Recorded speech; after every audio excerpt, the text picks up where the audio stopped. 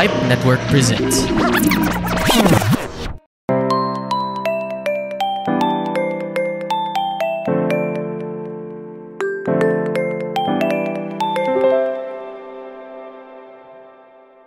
So hello everyone, welcome to Rewind, a throwback podcast where we rewind to the past with a sip of wine. And today, very special episode ang ating gagawin. My gosh, kasi makikipagkwentuhan tayo with someone talaga na na-miss natin, no? Lalo na sa mga ating ka-rewind na talagang fans ng Viva Teen Barkada. Grabe, ang tagal natin siyang hindi nakachika. Pero ngayon, sobrang excited ako, tsaka happy din ako kasi finally naman, after how many years na sa Facebook ko lang siya ginugulo pag mayroon ako mga tanong, pang-article, ganyan. Ngayon, eto na, legit na yung interview namin. So, welcome natin dito sa Rewind.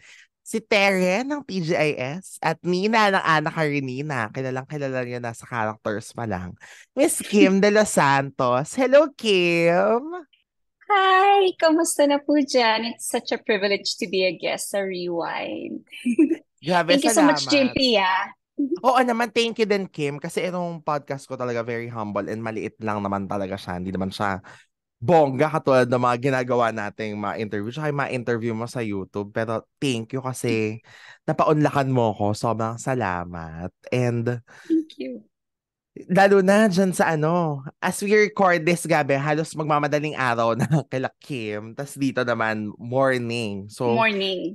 dito may energy pa. Buti ikaw, Kim, may energy ka pa. Grabe. Siyempre, medyo sanay pa rin tayo sa puyatan. Mhm. Pero, kamusta ang life mo ngayon, of course, sa US?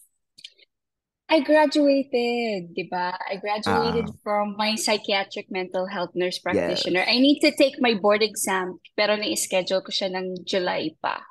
So, I'm taking time to study. Tapos, I got accepted for another program sa school. Mag-school na Sipag. naman ako. Grabe. Wala akong Oh. love life eh. Kaya school na lang muna. At least naman, maganda ang di ba? Anong tawag dito? Kumbaga pinagkakaabalahan mo talagang for growth and improvement. Pero Growth. napanood ko kasi yung, I don't know which interview, if it's in Tunay na Buhay or with Vanessa, na yun nga, parang you were so afraid when you were coming there kasi nga, parang nag-artista ka na, hindi ka na naka-finish ng school dito, di ba? Pero ngayon, Yes. grabe ang kasipagan mo. Nakailang course ka, nakaka-graduate mo na, magsa-school ka ulit. Yeah, because once you start, parang nakaka-addict din siya. Even Rufus said the same thing. I watched one of her interviews. She's doing her master's now. So I finished my master's, I did my NP, and now I'm going to do my doctorate. Mhm. Grabe, ang saya. So doctor, if I do pass, hopefully God willing, no? Dr. Kim na po ako. Naks, congratulations in advance. I-claim na natin yan. For sure, ibibigay ni God sa'yo. Sana po, So, sana po. nako naman. Pero ngayon, right now, nag-work ka pa din talaga, di ba? So, balancing work and Yes. school. Mhm. Yes, my school starts in September. So hopefully if pag naano ko ang board ko and then I can get makakuha ako ng bagong job. But mabait naman si Lord. So far merong konting prospect for my new career. But of course, I won't leave my old job kasi love na love ko pa rin ang boss ko and all my coworkers. So dialysis nurse, I'll still do part-time here there. Kasi pwede dyan di ba? Na Mm-hmm. part-time din You na. can.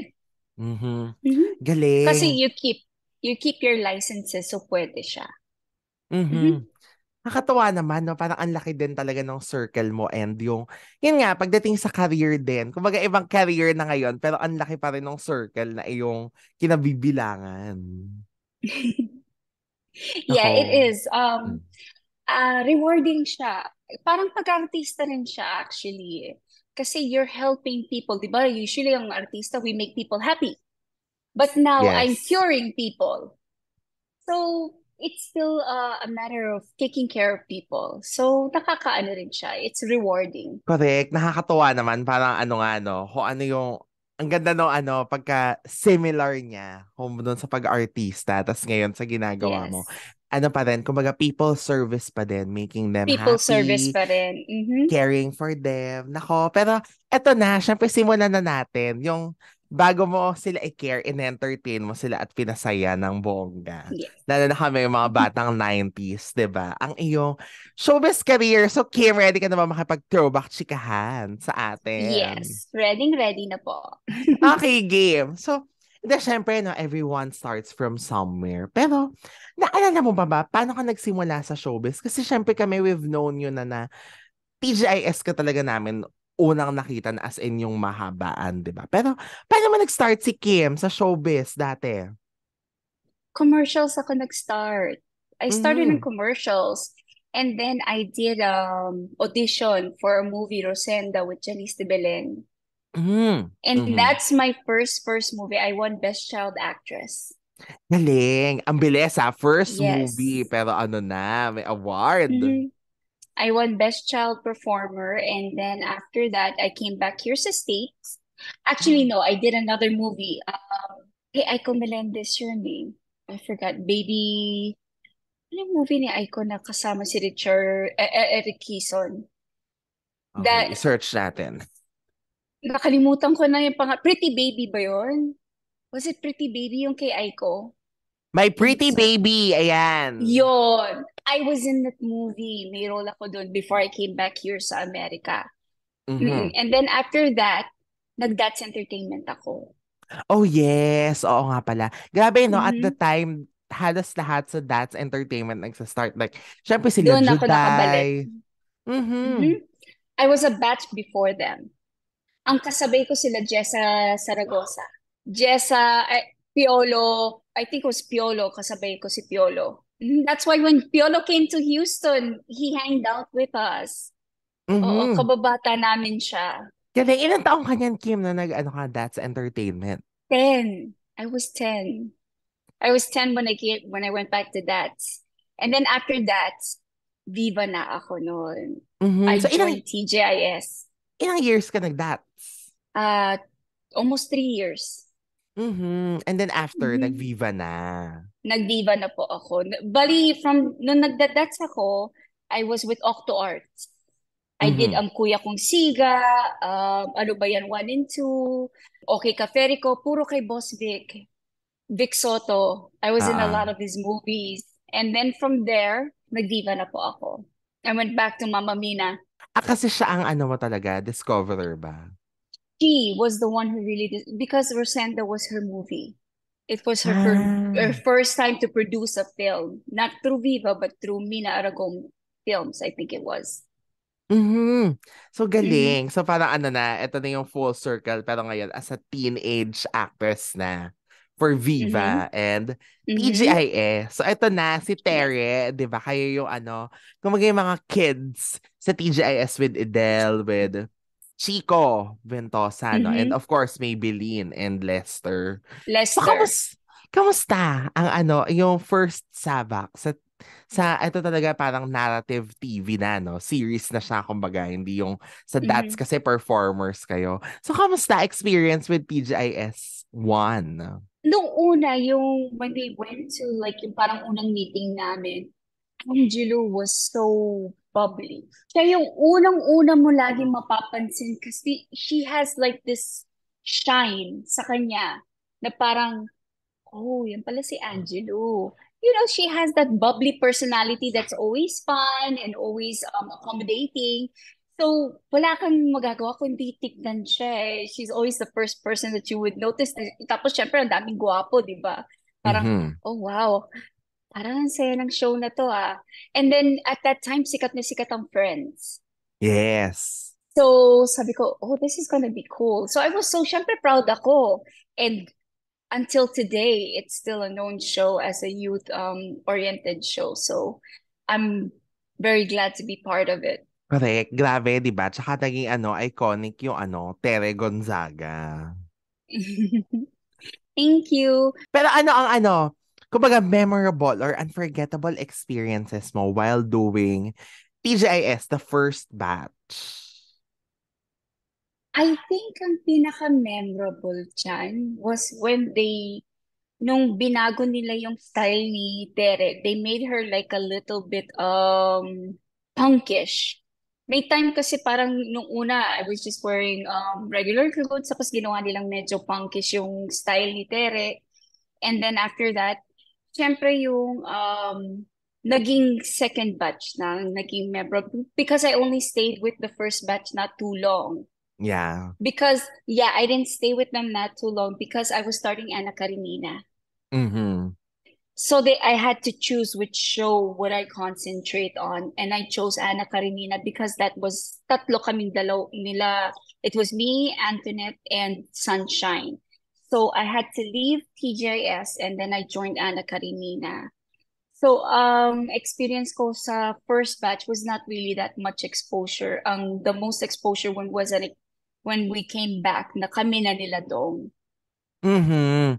Correct kasi oo nga Yan. parang ano pa niyan, 'di ba may farewell ano pa kayo video na yun nga kasi Yes. mag-aanak Karenina ka na so kailangan ng Yeah. pero ano naman kumbaga at least for that short time nag-get along naman kayo nila. Of course, kayo ni Maybelline yung characters niyo yung close kasi 'di ba tsaka nila Idel. That's Idel. the first Idel. Yeah. batch. Nung time na yun, hindi pa kami masyadong sanay magpuyat. Kasi we were also, so wala kami ginagawa kundi magtsikahan lang while waiting for our take. And then, syempre sila Angelo lagi nagpapatawa, mga ganun. Pero ang pinaka-fun sa amin yung mga lalaki na natutulog kung saan-saan. Na yun lang ako nakakita ng lalaki na si Juan Mig. Ano lang ang ulo sa pader. He's sleeping already. Yan yung mga fun Mhm. moments namin na nanonood na lang kami mga, oh, tulog na yun. Ang saya, oh my gosh, parang ano siya, nakapag-break agad. Talent yon ha, yung masandal Oo. tulog, 'di ba? Tulog, masandal tulog. Mhm. So Yeah. maikli lang yung naging ano, time with the first batch. Pero Short. yung isa lang ang machichika ko is that yung lagi akong linoloko kasi I always used to wear red. But my first boyfriend was red. Ay, oo nga naman. Correct, oo nga. He used to joke around kasi sabi nila, Kim, lagi ka naka-red. Tapos syempre si Red, nakatingin din. Sabi ko, oh. And Pero then he sinadya became ba my yun? first boyfriend. No. Ah, okay. So I I nagkataon. love the color red. Mhm. So, isa sa mga memorable yung pag niloloko nila na lagi ako naka-red. Pero hindi naman pala dahil naman ano, naging ano. So No, no, that no. came after. After na yon. Sa TGIS kayo, nagka-developan ni Red. Yeah, doon kami nagkasama eh. Mhm. Mhm. Kaya pala, parang partners kayo in one of Angelo and Bobby's movies. Laging naroon ka, tama ba? Parang may, No, it was Where the Girls Are. ay, Where the Girls Are. Oo, correct. Kami Mhm. noon. At saka laging naroon ka, yeah. We were also together. Mm-mm. Kami Mm. noon. Siyempre matanda na kami so we can admit it now but when we're young, we're just Ah, anything. di ba pwede? Correct. Eh di ano, ang sad nung aalis ka ng TG. Kasi ano, or kayo pa ba nun? 9 months lang ata kami ni Red eh. Parang 9 months lang. Or in 9 months lang fairness, ata kami. sa showbiz, matagal na yun ah. Di ba? Matagal ba yun? Oh, pwede na din, 'di ba? Grabe. Pero eto Oo. na, of course, moving to the next. Ito talaga, ito ang ano, show na tumatak sa amin talaga every Sunday. Imagine mo naman, 6 years ba naman ng mga buhay ng mga bagets noon, ng mga teens. Ito talaga ang napanood namin. Ana Karenina, grabe. 6 na taon, Kim. Parang ano na yan, bihira na yan ngayon na may show na nagtatagal ng 6 years na ganyan. Ano siya, memorable talaga ang Ana Karenina kasi we had to do our best para to prove who we are. Tapos Mhm. syempre, doon nagsimula ang Viva Teen Barkada. And then, at that time, nung una, Sunshine is my, parang pinsan ko na si Sunshine. Mhm. So, I known her since I started showbiz dahil nung Rosenda pa lang, we met in GMA Super Show. Me, Mhm. Billy Crawford, and her, and then I found out she was my cousin then. So I Mhm. knew Sunshine already. Ang hindi ko pa kilala at that time was si Antoinette. But Antoinette was famous because sa patayin sa sintak si Barbara. Ay, correct. Oo. So syempre meron na siyang parang magaling niyang umarte. Alam mo yung gano'n? Oo. Meron na siyang ano, may na si Antoinette nun eh. But it was fun. Syempre mga bata. So we would just talk about makeup, mga new stuff, mga clothes, mga ganun lang. Yeah, but pinaka-memorable ko siguro nung kami nila Sunshine at ni I think Tony kasi was doing a scene. So it was me, Katja, and Sunshine. Nagtatawanan kami sa kwarto na naihi kami. Like, Grabe, ganun literally, ka-intense yung tawa, oh. we were kids. So, ano yun? So, parang one of the most memorable moments yan. And kakatawa namin, naihi na lang. Saya. Yeah, it's embarrassing, but then looking back, ang dami rin namin mga kung ano-anong mga ginagawa sa TV. Kasi wala eh. You're mostly with each other. Kwentuhan lang ng kwentuhan. Tapos minsan doon ka Mm. kain ng kain. Stuff like that.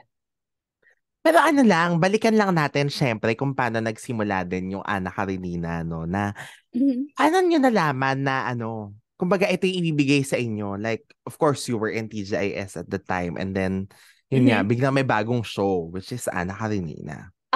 Kinausap ako ni Ate VR, Veronique Del Mhm. Rosario, saying that we're doing a new show and we're getting 3 stars. Tapos yun nga ang sinabi, it was me, Antoinette, and Sunshine. And then nung una, we didn't know who Ana Karenina was. Who was the real Ana Karenina? Ah! They never told us who she was. So, parang we were waiting to, kasi parang whoever it was supposed to be yung bida sa show, but then they made it like so long na parang we didn't even know. So, ang ano namin, tatlo kaming bida. You get Ah, what I'm saying, di ba? yes. So, parang I was excited when they first told us na, yun nga, that the show was coming out. And then they were saying, it's a drama. So, syempre na-excite ako kasi you can show your acting skills, di ba? Tapos, ang kasama ko pa si Sunshine, ang galing umiyak yun. Sunshine is ang galing umiyak.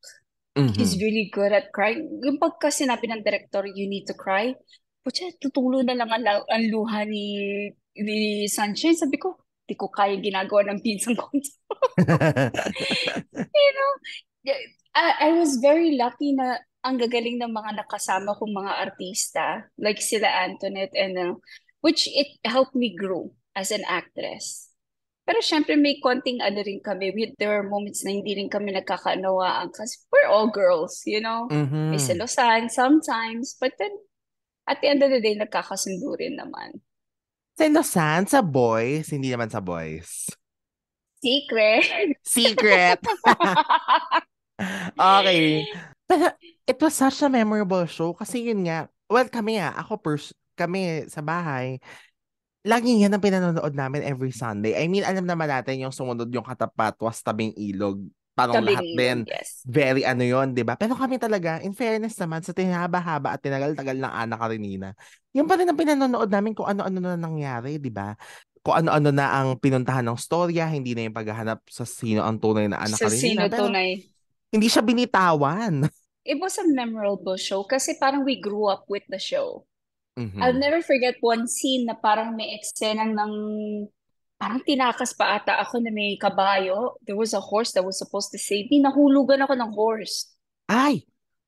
Nahulugan ako ng horse sa scene na yon. I'll never forget it kasi parang nagkamali ng pagbuelta yung the one that was riding the horse na nakaangkas lang ako. Nahulog yung horse. Sabi ko, walang iya talaga. Siyempre, Yeah. nasali ka, di ba? Oh my gosh. Ako pa ako sa paghulog ng horse, but that's also one memorable experience sa pag-anak Karenina. But the show itself and the writers, we all became family. Until now, we still have like a Facebook messenger na Mhm. nagbabatian kami. Na included lahat ha. Lahat Wow. kami. Mhm. Mhm. Ganda, at least no, na hindi kasi not everybody knows na syempre parang, yun nga, bihira na namin kayo makita magkakasama nila Antoinette and Sunshine and all the Mhm. cast members, di ba? Ang dami nang nangyari. Pero may ganun pala kayo. Kumbaga na internal Mhm. group chat. Yes, may internal group chat kami na every now and then, pag birthday ng isa, we would say happy birthday. Yung mga ganon. Mhm. Pero grabe, no? Sobrang drama niya, Ana Karenina. For sure, dyan nahon ang skills ninyo. Alam ko, hindi ko to napanood, pero yung ate ko, ito daw ang hindi makakalimutang eksena sa'yo. Yung merong malaking picture si Maggie, si Pinky Amador, who was supposed to be your mom, di ba? Ng tunay na Ana Mhm. Karenina.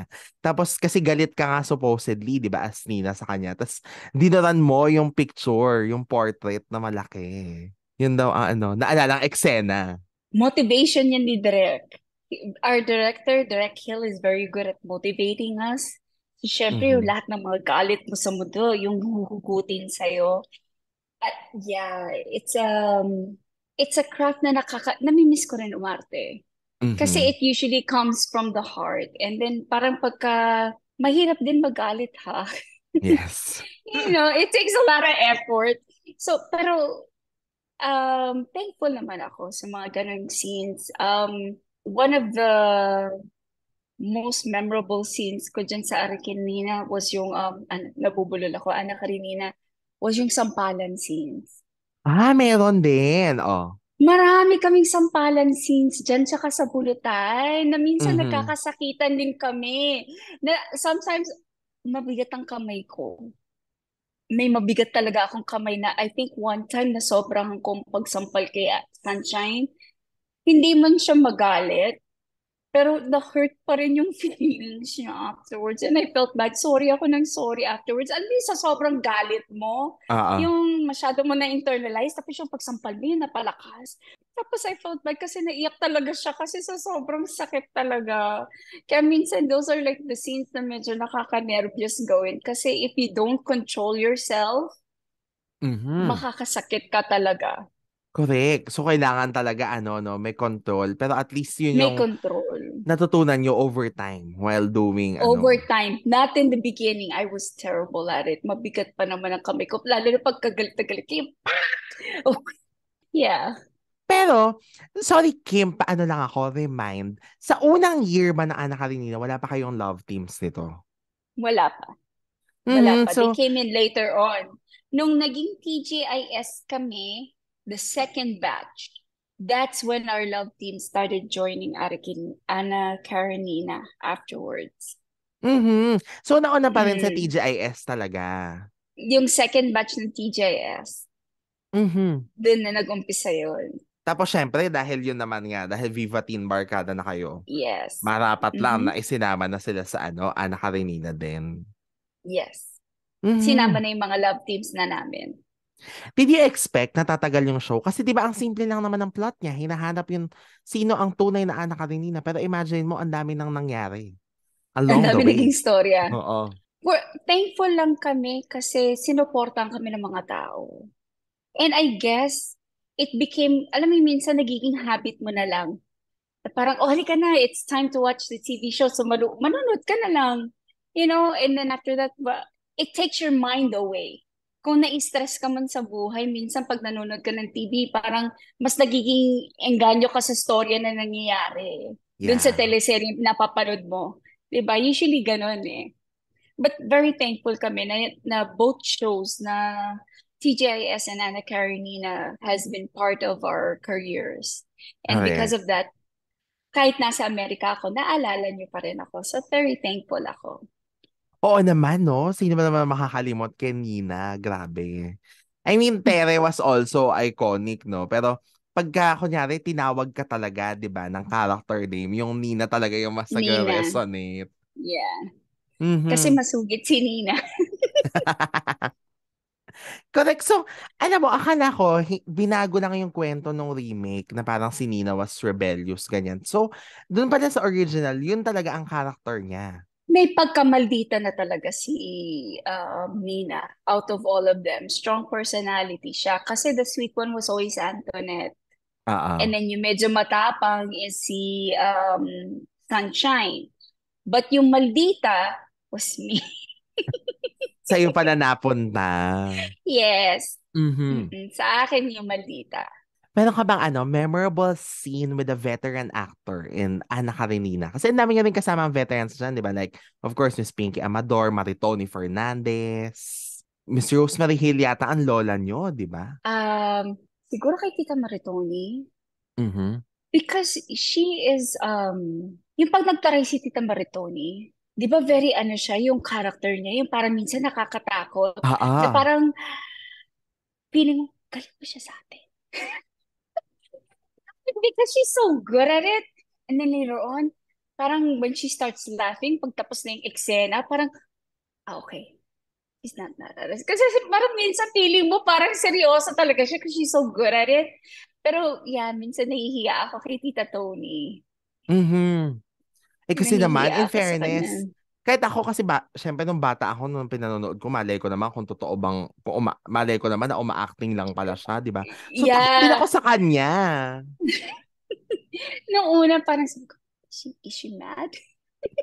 Pero Hindi hindi, she's very naman. nice. No, sobrang bait. All of the mga nakasama namin is very nice. Si Tita Pinky, magaling siya sa acting.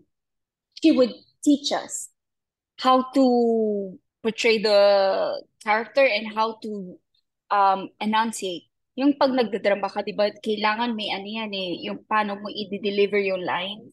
Ah. Tita Pinky would correct us. Mhm. Like to make it more lively kasi she's very good at that. Yung parang sa workshop, Yeah. yan, pag kunyari yung mga eksena na parang sabi niya, why don't you try it this way? Mga ganon. She would teach us that way. So so Mhm. that will grow. Kasi minsan pag nakikipagsabayan ka sa artista, pagka ano ang pag-express ng isa, maa-adapt mo eh. So pag ramdam mo yung pag-arte ng kasama mo, you will change along with it. Yes. Does it make sense? Parang yung sagutan ang Ah. emotions nyo ng artist ng kasama mo, which it helped a lot na si Tita Pinky was with us. And then Mhm. of course, all the cast members that were there, Tita Rosemary, Tita Maritoni, it all helped. Kaya marami kami natutunan sa kanila kung paano i-atake ang mga eksena. Mhm. Would you remember sino ang gumanap na, kasi di ba si Nina ay may parents, pero yung parang Mhm. adoptive parents niya until hanapin na anak ka rin Nina. Maalala mo ba sino yung nag-portray? Teka lang. I think, hindi pa si Del Riva. Mar Marian. Marian de la Riva. Is it her? I think so. Hindi ko Okay. masyadong memorize. I think so. I-google natin mamaya. But Yeah. I think it was her. Mhm. Okay. Wala kasi yun yung hindi ko na rin maalala. Ang naalala ko lang na may mom dyan ay si Sunshine, di ba? Si Miss Janice Sorado. Sure to. Mhm. Paano Yeah. nilason siya ni anong tawag dito? Ni Ruth, ni Maritoni Fernandez, 'di ba? May isang eksena ata na parang nilason siya, something like that.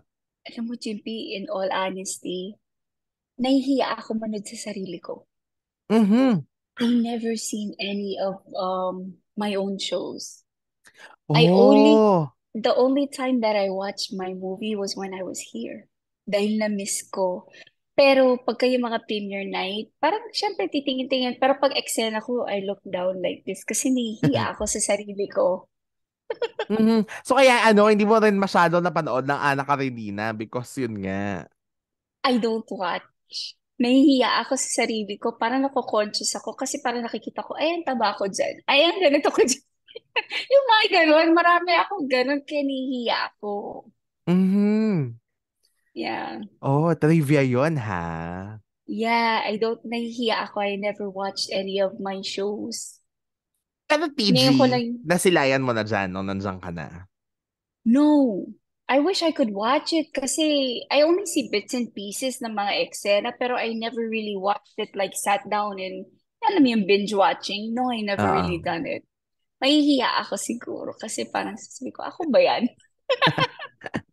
Pero the movies you did, di ba? Honey, My Love. Yes, when I was here. Na-miss ko Mhm. siya. Nung sabi ko, na-miss ko to. Panoorin ko nga to. Tapos I would watch Honey, My Love. Pinanood ko. Um, Ikaw Lamang, pinanood ko. Mhm. I watched it here. Yeah. Oh, at least naman, napanood mo na after many years. Pero dito Years. sa Pilipinas, hindi. Grabe. Oo. Nahihiya Mhm. ako. My gosh, so saan na kami na hindi mo alam yung Di ba nawala si Maritoni for a time because I think she had na her parang cancer at that time, di ba? Pero alam mo yung eksena na tumalon siya sa building. Tapos, namatay siya kunyari. Hindi ko na siya masyado maalala, Mhm. Jimpy. I'm Oh, not okay gonna na. lie. Nako, wag mo nang alalahanin. Hindi, ako kasi sa akin, tumatak yun na traumatized yata ako nung bata ako. Paano ba naman? Hindi yun nga, tumalon. Tapos pinakita talaga doon na may utak na kumalat, ganyan. Oh, Nakakaloka. shoot! Ganon siya ka-graphic. I just love the fact that alam na alam mo pati yung mga eksena. So thank you so much kasi I could tell that you really liked our show. So thank you. Siyempre, hindi naman na lahat, no? Pero, in fairness, There are kasi yun nga, certain scenes. naging habit siya talaga sa bahay namin na, after the noontime shows na sapat SOP, Ana Karenina tayo. Tapos, basta may scene pa nga kayo dyan na si Pinky Amador. Parang tatlo na kayong kinupkup niyang anak niya, di ba? Kasi nga, hindi pa rin alam kung sino. Yun Tapos, na, lala ko yun niya. I remember kinantahan niya that siya ng one. mama ng Spice Mama. Girls. Yes, that one I remember that one.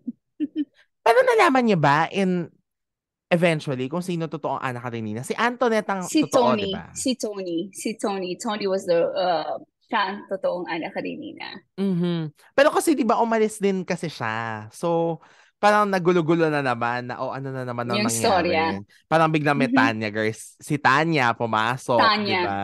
Tapos sa akin si Dimples. Yun I nga think there was daw. a time that Oo. Dimples na pumasok, yeah.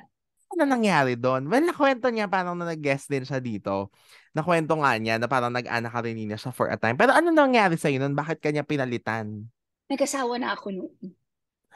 So ano na lang to? Medyo bago-bago na to. Yeah. That was the time na nag-focus ako. I was gaining weight. And then at that time, kami na ni Dino. Mhm. Yeah. Okay, akala ko something like parang nag-break ka lang tapos kumbaga before that pa na seryoso yung plots. No, at that time, kasi I was gaining weight. So parang they wanted to slim me down. And at that time, I secretly got Mhm. married. Okay. Yung pala ang secret doon. So ibig I know. sabihin, O yan, oh. dami mo na nalaman ha. So it's like a short period, but parang unti-unting Oo nga lumalabas. eh. At saka parang ang na-realize ko sa sobrang haba ng Ana Karenina, ganun na karami yung nangyari, pati sa mga personal lives yun, di ba? Lives namin yan. Kaya kasabi ko sa'yo, we grew up on the show. Mhm. Mm-hmm. Grabe, 6 na taon ba rin naman talaga ang Ana Karenina. Pero, no, 'di ba, when this was starting, you were also doing another show, which was Tierra Sangre with Jennifer Sevilla. Can you remember Yes. this? Mhm. Yes. Yes. Actually, ang dami namin shows noon. Ang Viva team kasi noon, we had text, we had Apoy. What am I? Halik Halik sa sa Apoy. Apoy. Halik sa Apoy. May bukas pa. So it was like every day we had like taping, shooting, taping. Parang ganun na kami noon nung Viva Teen. So it was exciting. Pero yun na, Tierra Sangre was also a memorable show dahil Jennifer Sevilla, di ba? Mm-mm. Um, I think kasama si Dino doon. Kasama ba si Dino sa Tierra Sangre? Hindi ko matandaan. Ang alam ko, it was Bobby. Bobby Na lang ba? parang siya yung lead guy na Mhm. pero walang parang yan di ba? Wala siyang masyadong romance kasi more on Walang romance. magkamkam It's ng more on drama. lupa, family, Mhm. ganyan, na merong kayo yung pamilya na mahirap, ganon. Yes. Mhm. Napanood ko to kasi ni-replay to sa Viva Cinema. Nung Hanggang parang, ngayon, I think if that channel still exists, kasi alam ko cable channel siya, parang they just rotate which shows they want to replace. So sometimes it's Tierra Sangre, sometimes it's May Bukas Pa. Basta the shows that weren't aired on GMA, parang Viva still has the rights of those the shows so they can rights, yeah. replay anytime. Oh, that's Mhm. amazing. Nakakatuwa naman na there's still shows that are showing in the Philippines na kasama ako. Well, Yes. thank you, Oo Viva. naman.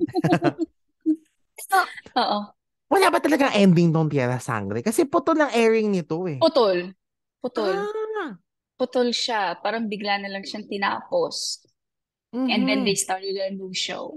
Okay. So lahat kayo hindi parang kasi ang naalala kong pinaka-last na eksena was maghihiganti na sana si Jennifer, yung parang lahat ng pagpapahirap nyo sa pamilya namin, babalikan namin kayo. Tapos may pagganon pa siya sa lupa. Tapos kayo nandun sa likod That's it. niya. Tapos doon na natapos. Kinabukasan, iba na yung palabas na pinalabas. Sabi ko, ay, ganun lang ba yun? O sira ba yung tape noon na hindi na na-retrieve yung mga episodes sa succeeding? So, sa ganun lang talaga siya Maybe. natapos. Teka lang, hindi ko masyado matandaan eh. May 20 years na ata itong Well, mahigit. matagal na rin naman. So, nagbaka sakali lang ako na baka ikaw ang Okay, makapagbigay ng maalala. closure. Kasi bitin siya Kainin talaga. natin ang Sabi ko, diva. kung kailan invested na ako na, ay, may No, that's the mangyayari. beginning of the story. Mm. Beginning siya ng drama na yun. Yeah, I think so. Beginning lang yan. Yan yung napisa ng kadramahan namin. Pero Oo. hindi natapos yun doon. Maybe they were able to fix the tapes or whatever reels they Oo. had on it. Maybe that's why hindi nila tinuloy. Sayang. But anyway, pero yun nga, ano siya, kumbaga hindi rin talaga sobrang natapos yung airing nung ginagawa niya Ng show. siya. Kasi I think, ano to, di ba? PTV4 ba to? Inere? Parang, basta not in a major 13. channel. Parang 13. 13 yata yan. I think so. Mhm. O, di ba? Sa Ana Karenina lang, ang dami na nating, na pag-usapan. What more Mhm. dito sa next? So, kumbaga, ito na, ang Mhm. pagbabalik sa TGIS with The Batch 2.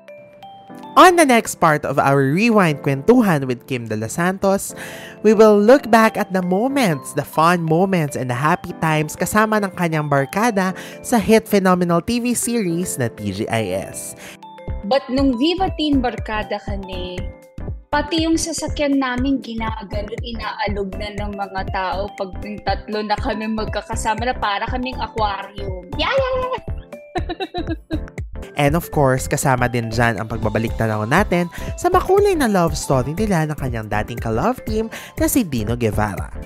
They gave him to Antoinette, and then they asked me, and then I said, I want Dino to be my partner. Sinabi ko talaga, let Dino be my partner then. Kasi they took away Ding Dong. So sabi ko, Polo was already with Sanchez. So give it Dino. All that and more sa ating next episode dito lang sa Rewind a Throwback Podcast. Enjoy your wine night. God bless and always be kind.